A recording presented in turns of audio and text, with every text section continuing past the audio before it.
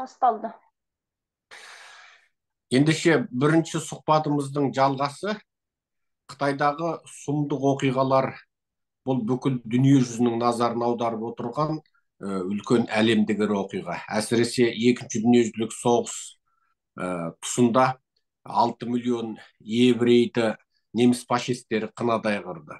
Ал бірнеше 100 миллион адамды жапондар қырып тастады. Олар Корея, Қытай, Тайвань, Гонконг, Макао, Лаос, Бирма, Камбоджа, Малайзия, Индонезия тұтас осы жақты жаулап алды. Ал Италия тіпті анау Африканың біраз жерін жаулап алды. Сол заманда фашистік Италия, Жапония, Германия үш елдің одағы сол кезде еуропалық елдермен және Америкаменен одақтасқан Совет одағыменен соғысты. Ал енді ол кезде Совет одағы мен Еуропа, Америка одақтасқысы келмесе де, осы үш фашистік елге қарсы өздерінің ортақ мүддесі болғасын одақтасып соғысты. Дәл қазір сол жүйе қайтадан қалыптасып келе жатыр.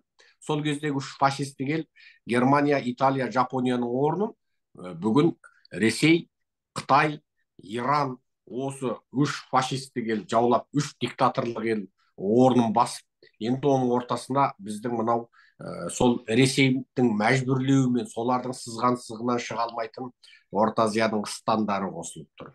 Бұл елдер сол Ресей мен Қытайдың қабағына қарап отыр.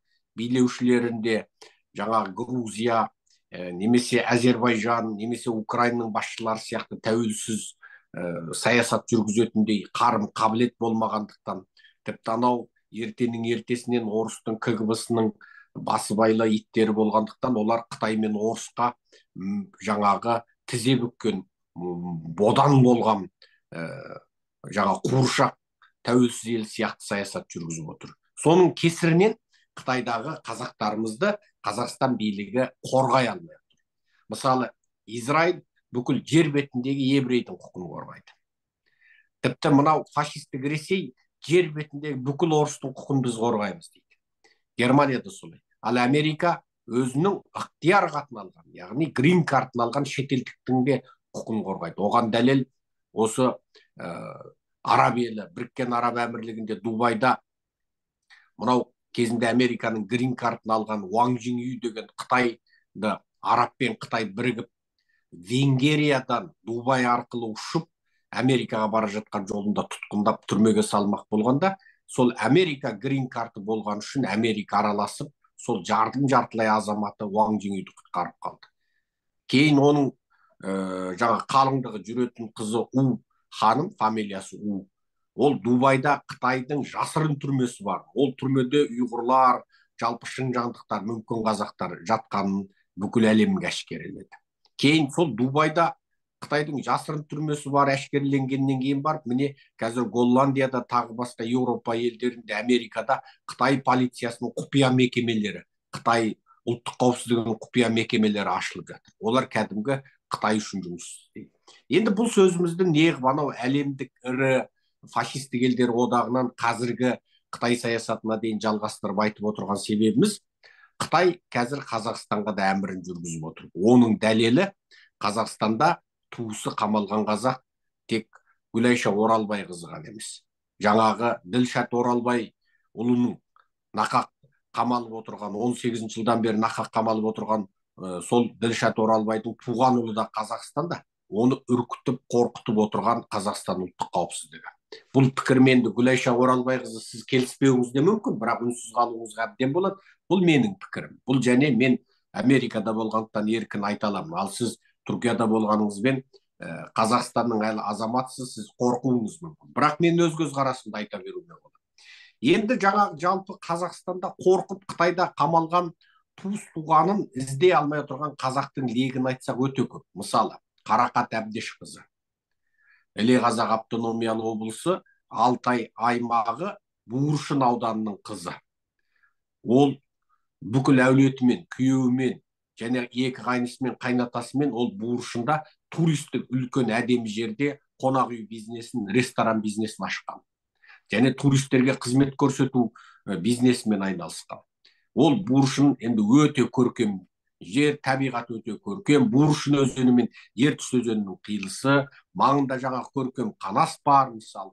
Ал туристер ең көп келеді. Енді сол Қарақат Әбдешқызының күйеуін 20 жылға ма 22 жылға соттайды. Қайнатасын тағы да ұзақ жылға соттайды. Екі қайнысын соттайды. Бір үйден 4 еркекті соттап жібереді.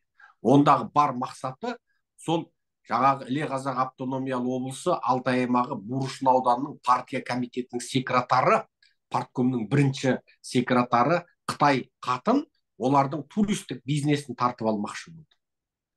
Олардың қонақ үйлерін тартып алмақшы болды. Гостиницаларын, хотелдерін, ресторандарын тартып алмақшы болды. Сөйтіп олардың қонақ үйлерін шаққызды, ресторандарын шаққызды. Сөйтіп енді ол жерге Қытайдың өзінің бизнесін қойып жатыр. Сөйтті де нақақтан қазақтың 4 еркегі сотталып кетті.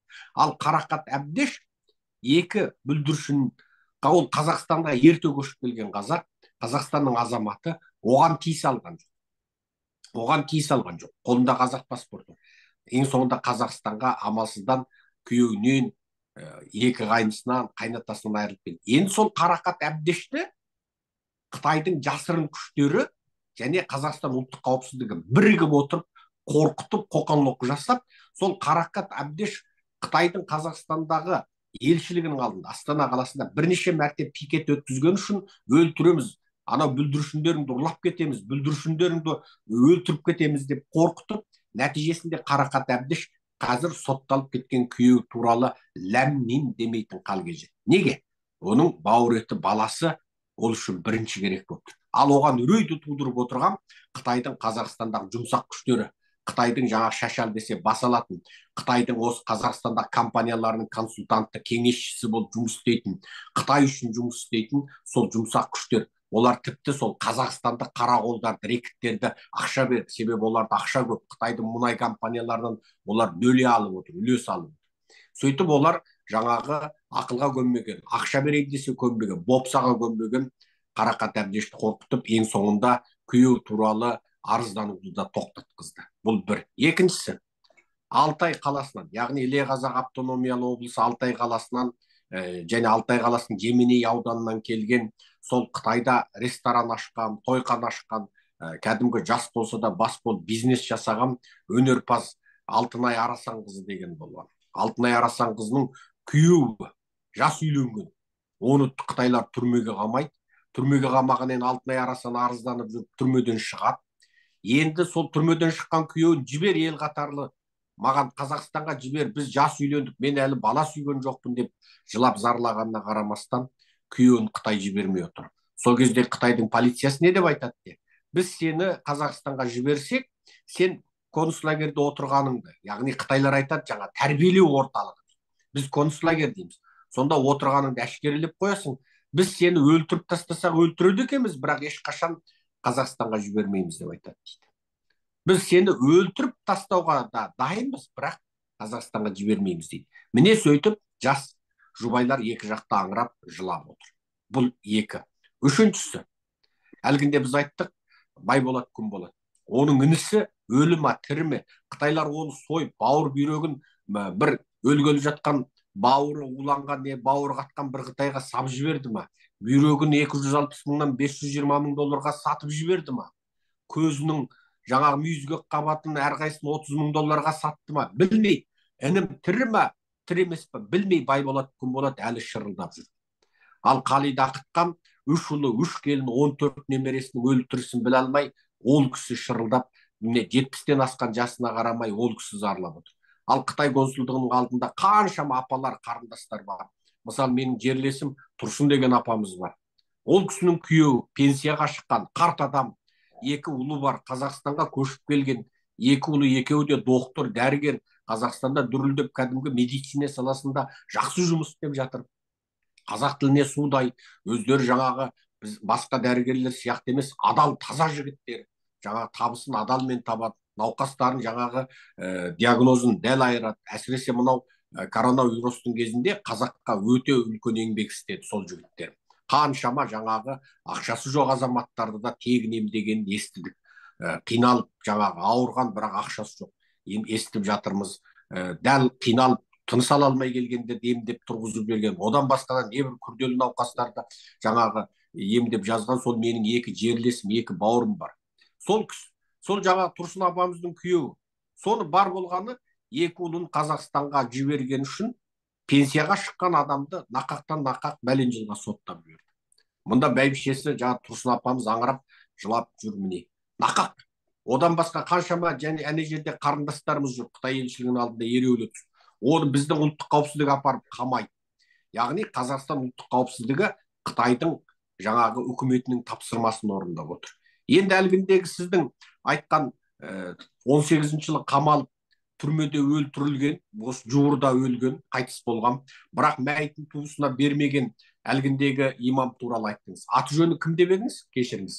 Қуат Әбілбек. Қуат Әбілбек. Бағанағы Нұр деген жігіттің әкесінің есіме келді. Не екен? Нұр, ой құдай жаным, Нұрмолда. Ой, әкесі Ермолда. Нұр Ермолда. Ермолда, иә. Ермолда. Енді осы кісілердің мысалы жаңағы Қазақстандағы туыстары ғайып жаназа оқу керек. Елді, халықты, жұртты хабарландыру керек. Құрметтеп, аруаққа жаңағы өліге деген құрмет, ғайып жаназаны оқытып, асын беріп, кәдімгідей ол аруақтарды разы қылу. Онан кейін ана біздің ол біздің енді ұлттық дәстүріміз. Мен бірдеңе әзір бір сұмдық хабар естідім. Әзірдің өзінде Үрімжіде кешкі сағат 7:30-нан 11-ге дейін аралықта өрт кеткен. Үрімжі қаласы. Сен естің бе естімедің мына хабарды, өрт кеткенді? Маған хабар келді, өрт кеткенде ол ана сырттан өшіретін машинені ішіне кіргізбепті, ана машинеге коронавирус жұғады деп. Өрт машинесін ішіне кіргізбейсіз, анау алыста тұрып өшіріп, ол өшіріп айтпейді болғанша өзі бірталай адам өлген ұқсайды. Сондай бір сұмдық. Маған жеткен хабарды мен осы арада сізге тіке оқып бере салайын. Маған жеткен бұл ақпаратты қазір міне. Содан кейін және бір нәрсе, енді біздің халықта бар ғой, мындай бір нәрсе бар екен. Мен неше күні бері бұнымен сөйлесіп жатырмын. Енді бұларда мындай нәрсе бар екен. Біздің ауылдың адамдары, біздің сол жақтың адамдарында мындай нәрсе бар екен. Бүйтеді, ана мәселе біздің молданы өлтірді ғой. Енді ол молданы өлтіргенде дейді. Сонда ол молданың өзінде де бар деген нәрсе. Енді ол былай, өзінде бар емес. Қытай үшін ол бір енді не ғой дейді. Қылмыс дейді. Қытай үшін молда болу, дінге сену, намаз оқу деген қылмыс, сондықтан енді өлтірді деп, сондықтан өлтір дейді. Сонда ол бір жай нәрсе сияқты да, енді Қытай үшін қылмыс болғандығы үшін өлтіруге тиісті сияқты да. Сонда ол енді адамдық құқық деген нәрсе, бір біздің қазақтар бар ғой, өзінің адамдық құқығын білмейді екен. Солай жасап жатқан адамдар бар екен. Мен біраз енді әлгі неменесі төменірек адамдармен сөйлестім ғой. Сонда енді ол Қытай үшін қылмыс болса, дүние енді адамзат үшін қылмыс нәрсе емес қой. Әмелет ол Қытайдың заңында да қылмыс емес ол. Ол қылмыс емес қой, Қытайдың өзінің заңында қылмыс емес. Бір ұлт болады екен, оның діні, оның тілі, оның ғұрп-әдеті, мәдениеті менен ол сол ұлт болып қалыптасып тұра алады. Ал ол ұлт сол мемлекетте жасаған екен, ол өзінің сол мәдениетін сақтау, оның құқығы бар. Ол қылмыс емес ешқандай заңда, ол халықаралық заңда да қылмыс емес. Қытайдың заңында да қылмыс емес. Ал оны өзіміз заңдастырып, оны қазақтар өздері заңдастырып, өздерінің миында сондай бір заң қалыптастырып, олар енді сөйтіп қылмыс өткізіп қойған Қытайдың заңына солай бір қарсы істеп қойған, енді оның өлімі де енді амал жоқ, енді өліп қалады, енді амал жоқ өлтірсе деп сөйтіп отырған қазақтарымыз бар екен. Ал мына санадарыңды ашыңдар, айналайындар. Ол қылмыс емес.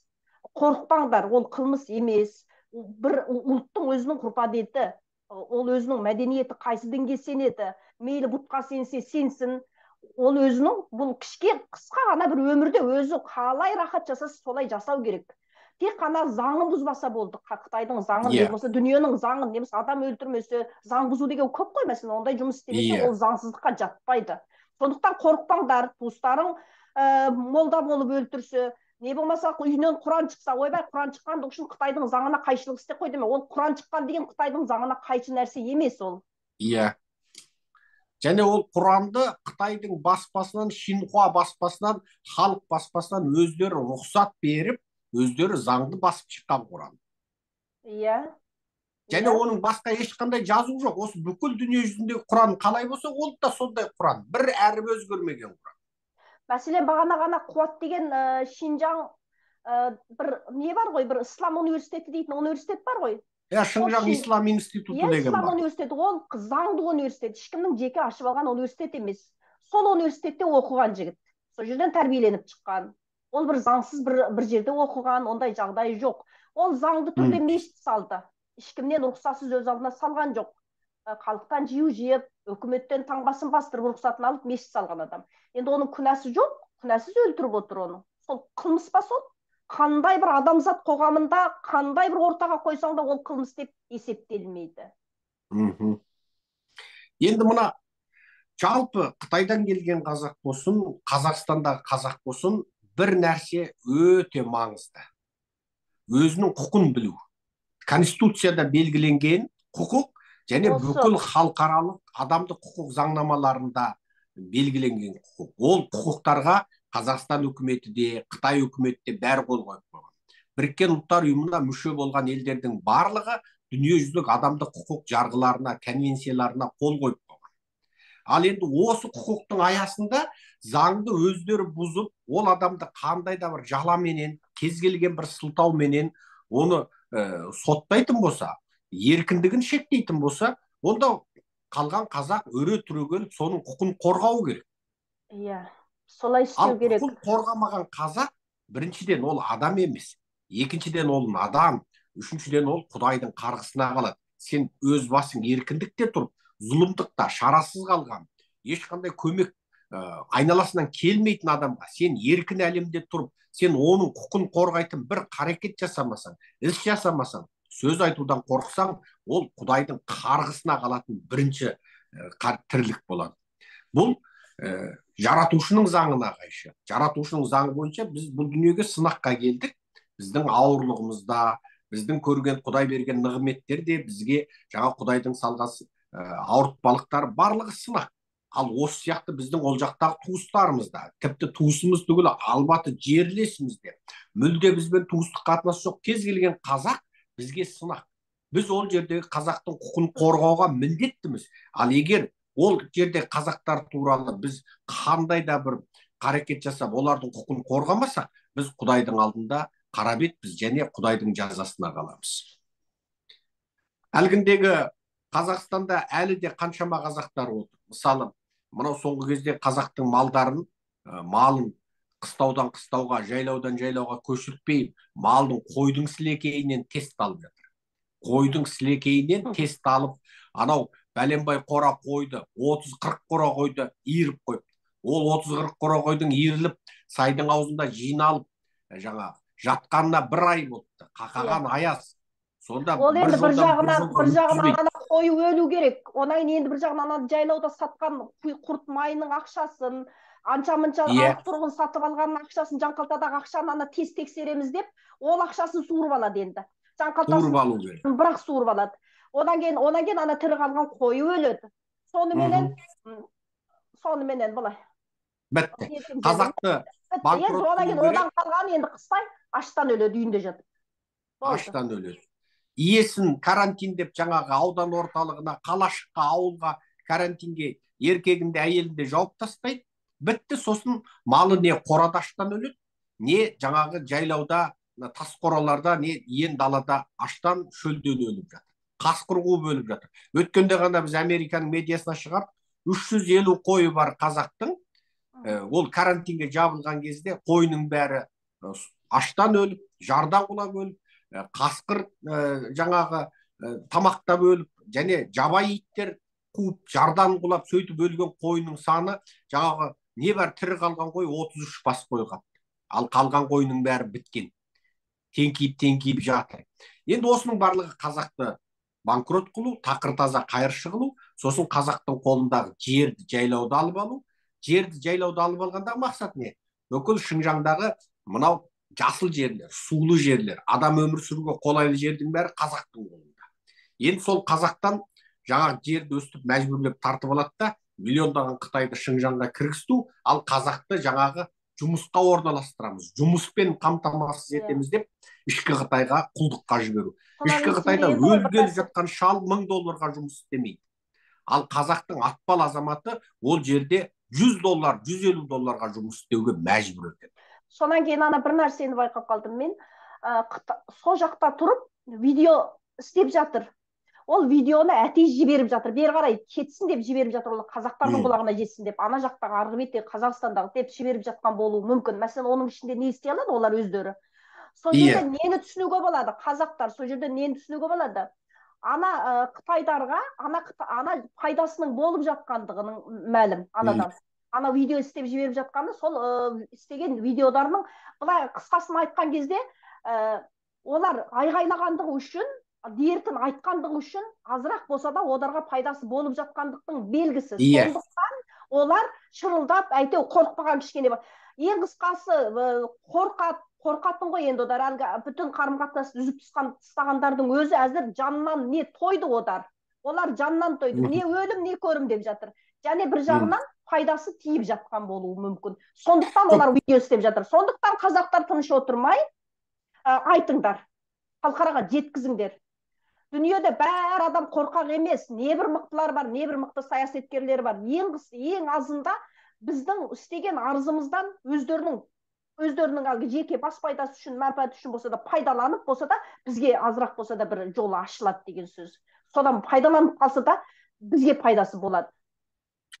Оған дәлел, өткенде Іле Қазақ автономиялы облысы Шапшал ауданынан келген бір келіншек арыз берді. Ол келіншектің арызын біз осы Атажұрттың YouTube каналында жарияладық. Оның доктор шешесін, жасы келген доктор шешесін алғанда карантин деп қамап тастаған. Карантинде жатқан шешесіне дәрі, укол, температура түсіретін дәрілер бермек түгілі, оған тамақ та бермеді. Су да жоқ. Жалғыз өзін апарғанда бір бөлмеге қамаған. Ол адам тіпті мына коронавирустан емделетін дәрі бермек түгілі, ең соңында маған тамақ беріңдерші, мен тамақ ішпедім, бәлен күн аштан өлетін бөлдім дегенде телефон арқылы айтып үлгерген. Қызы бізге арызданады. Сол арыздан біз видеоны жариялаған күннің ертесінде шешесін облыстық емханаға жөткеген, қазір барлық шарт жағдай жақсы, тамағын да беріп қадағалауға алған. Әрине, сенің қызың террористік ұйымға жолап кетіпті, сенің қызың идеясында шатақ бар, сен қызыңа айт бүйт деп ол кісіні қыспақ қалған болуы мүмкін. Бірақ кем дегенде аштан өлуінің алды алынды. Анау температура түсіретін дәрі уколдарын салып отыр. Себебі ол кісі өлетін болса, Қазақстандағы қызының тыныш қоймайтынын, халықараға дабыл қағатынын біліп отыр. Қытай қорықты. Және екінші бір нәрсе. Іле Қазақ автономиялы облысында малдарды өстіп жайлаудан қыстауға, қыстаудан күзеуден қыстауға көшірткізбей, карантинді сылтауратып қамап жатқандығы туралы дабыл қақты. Гүлжан Тоқтасын дабыл қағып, жеткен ақпараттарды айтып, ел жұртқа арыз беріңдер, біз митинг өткіземіз деп Алматы қаласына жаңа өтініш тапсырды. Ол өтінішке тойтарыс берді, митинг өткізуге рұқсат бермей қойды. Біз оны Қазақстан билігінің Қытай билігімен бір екендігін дәлелдеу үшін әдейі өтініш тапсырғыздық. Олардың өтінішке жаңа рұқсат бермейтінін біліп отырмыз. Бірақ біздің бұл қарекетіміздің нәтижесі, бұл Қазақстандағы Қытайдың шпиондары, тыңшылары бар, біздің Атажұрт аңдып отырған Қытайдың мемлекеттік мекемелері бар. Твиттерде біз ағылшынша, қытайша біз жазып жатырмыз. Халықаралық медиаға, Американың медиаларына міне қаншама мәрте дабыл қағып жазып жатырмыз. Интервьюлерінде айтып отырмыз. Міне күні кеше Тайванның медиасында дабыл қағып. Нәтижесінде Іле Қазақ автономиялы облысында адамды карантинге жапсаңдар, малды қорасында қараусыз қалмасын дейтін үндеу шыққан. Енді ол қаншалықты атқарылып жатыр. Мысалы, біреудің күйеуін немесе әйелін карантинге жауып тастады, үйінен мәжбүрлеп алып кетті. Енді соның қорасындағы малы жем шөпсіз, сусыз қалмасын. Арнайы сол ауылдың әкімі және басқа да анау жүріп тұруға рұқсаты бар адамдар ана малды қадағалауға міндетті деген кәдімгідей WeChat тобында аудио бұйрық шыққан. Ол құжатты бұйрық болған болса, бізге қолымызға тисе керек. Аудио бұйрық болды. Бұл да қазақтардың арызданғанның нәтижесі. Кәдімгі арыздануының нәтижесі. Сондықтан осындай өте көп дәлелдер бар. Сондықтан осындай дәлелдер қазір енді бір қызық нәрсе, бізге құпия арыз беріңдер, қорықсаңдар дегеннен кейін бір кісілер бізге өздерінің Қытайдағы туыстарымен WeChat'те сөйлескен сөздерін екінші бір телефонмен видеоға түсіріп бізге жіберіп берді. Айта берші, мен Мәликені шақырайын мына жерден. Айта бер. Мәлике. Сол Мәлике. Гел. екінші телефонмен видеоға түсірді кәдімгідей екінші телефондарын алып тұрып видеоға түсіріп, сол ана жақта WeChatпен өздері сөйлесіп жатыр. Баласының бәйін басқа телефонмен түсірген видеода Қытайдағы туысы айтып жатыр. Біз жақтан үміт жоқ, енді сендер жақтан бір қайран болмаса деп жатыр.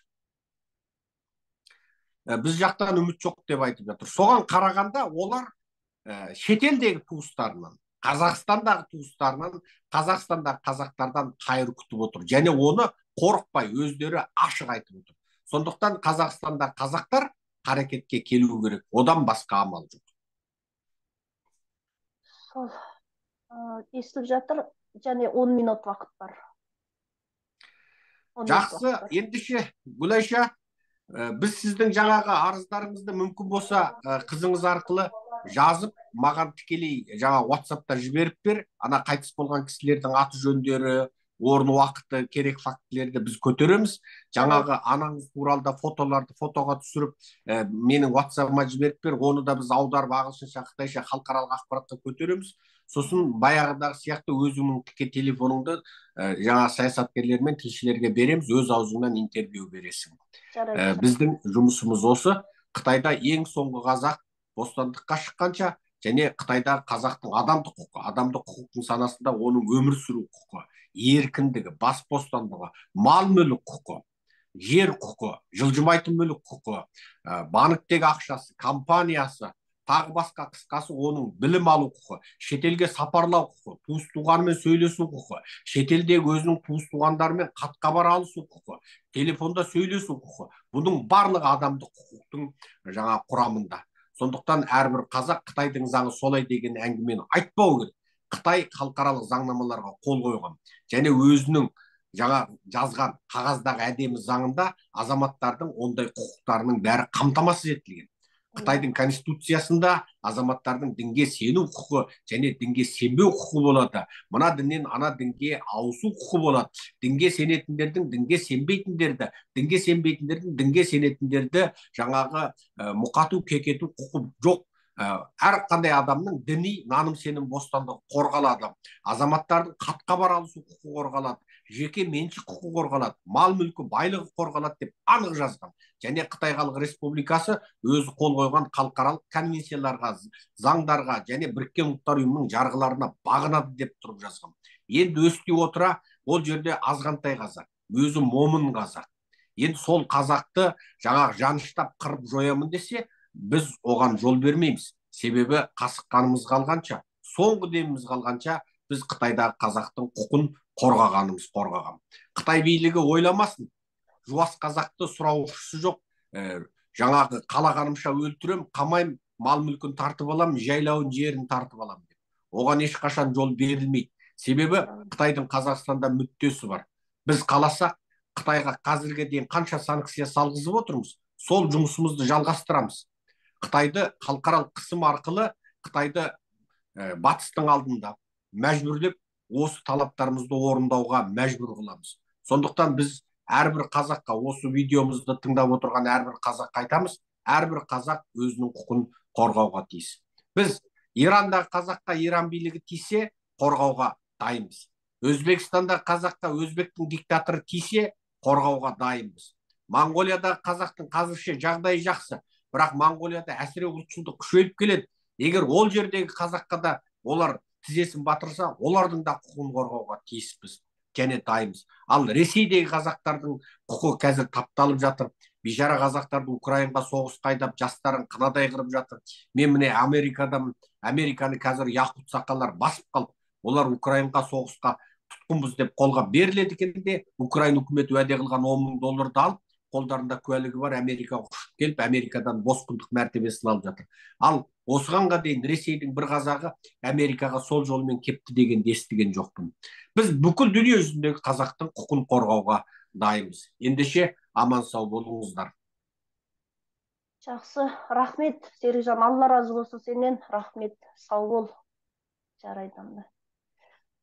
Енді мен сол халықаралық бүтін адам құқығын қорғау ұйымдарынан осы туыстарыма бір жәрдемдесуін талап етемін. Осы туыстарымды, міне бүтін қазақтар, мына шешемді, бәріне бір жалпы қазақтар тыныш жатпаңыздар, бәрлеріңіз айтыңыздар, бізге болысыңыздар, Қазақстандағы қазақтар. Жерлік қазақтар болсын мейлі, қандастар болсын, бәріңіздер біз үшін сөйлеңіздер, ауыз ашыңыздар. Біз сіздерге құрал алып соғыс бер, барып Қытайдың басын жарып бер демейміз, тек қана дауыстарыңызды шығарып берсеңіздер бізге сода үлкен пайда болады. Үндемей жатқаннан сұралып қаласыздар, қазақтар, үндемей жатпаңыздар, қаһармандай халқым. Біз үшін не істеп береміз, ештеңе істеп бере алмадыңыз деп жатқан адамдар көп. Бірақ та ештеңе істеп бермесеңіз де, сөйлеп бергеніңіздің өзі, айтып бергеніңіз, мына қазақтарға тиіспеңдер, қытайлар, Қазақстан өкіметі сөйлеңдер деп өстіп айтып, мынандай жұмыс болып жатты деп араша түскендеріңіздің өзі біз үшін үлкен жардам болады бізге. Оның пайдасы болады. Ұмытпаңыздар бәріңіз, тыныш отыра бермеңіздер, сессіз қалмаңыздар. Ал онда, сау бол, жақсы. Малика, мынаны